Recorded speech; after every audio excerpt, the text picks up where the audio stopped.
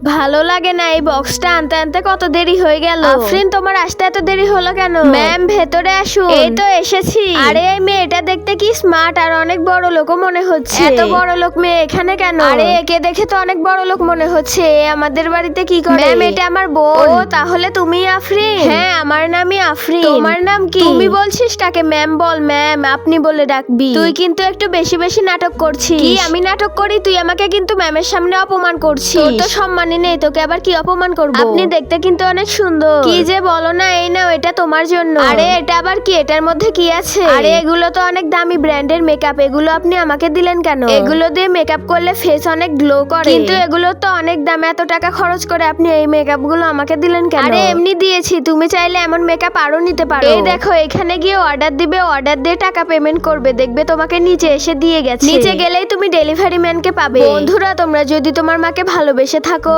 আর এই ছবিটিকে সুন্দর মনে করে থাকো, তাহলে ভিডিওতে একটি লাইক করে চ্যানেলটি সাবস্ক্রাইব করে দাও।